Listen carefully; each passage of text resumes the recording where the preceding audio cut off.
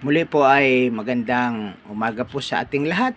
Ito po yung part 3 ng ating pagtatalakay tungkol sa tamang pagpapalaki ng ating mga anak o ng mga bata. So sa ating mga magulang, nagtataka tayo bakit may mga anak tayong na pilyo o matigas ang ulo.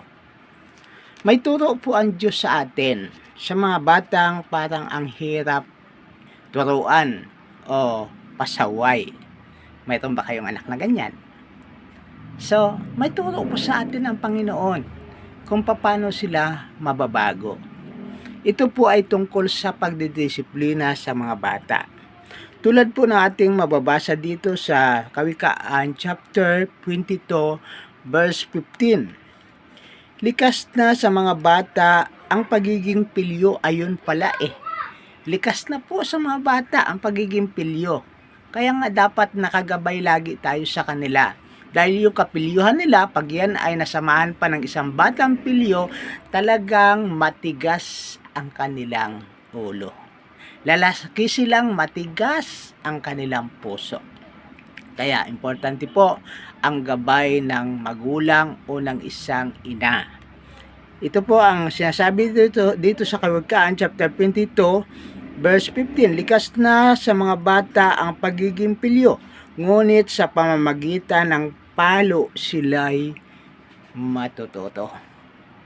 Okay po, ang liwanag po. Ang pagpalo po sa bata, hindi po ito masama. Hindi po palo sa ulo ng bata, kundi po ito ay tamang pagpalo. Kailangan din po pala natin paluin ng bata.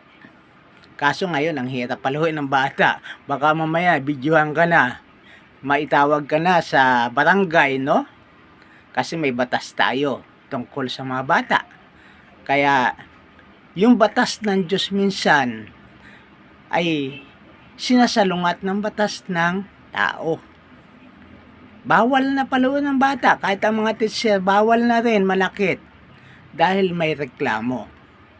Pero kung ating papansinin, noon pa bang po turo na ito ng Panginoon sa atin na dapat paluin natin ang ating mga anak pag sila ay nagpapasaway. Turo ba yan? Valid po yan. Tamang pagpalo, hindi po ikakamatay. Bagkus ito ay kaliligtas ng kanyang buhay. Tulad ng ating mababasa dito sa Kawikaan chapter 23 verse 13. Disiplinahin mo ang bata, ang wastong pagpalo ay hindi niya ikamamatay. Manapay, ililigtas mo ang kanyang buhay. Ayun po, napakaliwanag po. Hindi po masama ang pagpalo. Subalit ngayon napakadelikado na, takot na ang mga taong o mga magulang na magpalo ng kanilang mga anak dahil may batas na sumasalungat sa batas ng Diyos, yung pananakit sa mga anak. At ito ay nawawala dahil nawawala na ang turo ng Diyos dahil may batas ang tao. Baka ikaw ay managot pag sakaling nakita ka na sinasaktan mo ang iyong anak. Kaya ngayon, wag po tayo magtataka kung bakit marami po sa ating mga anak ang titigas ng ulo. Wala nang takot sa magulang. Hindi na sila sumusunod. Hindi na sila nakikinig. Dahil nga wala na silang takot sa magulang. Wala na silang takot sa teacher. Kaya kung anong gusto nilang gawin, nagagawa nila. Tapos ngayon, pag nagkaroon ng problema, sino ang mananagot? Ang mga bata pa rin. Lalo ngayon, may batas tayo na 7 years, sinusulong ang batas na 7 years, dapat may parusa na ang mga bata. Kaya mga magulang, tulungan po natin ang ating mga anak.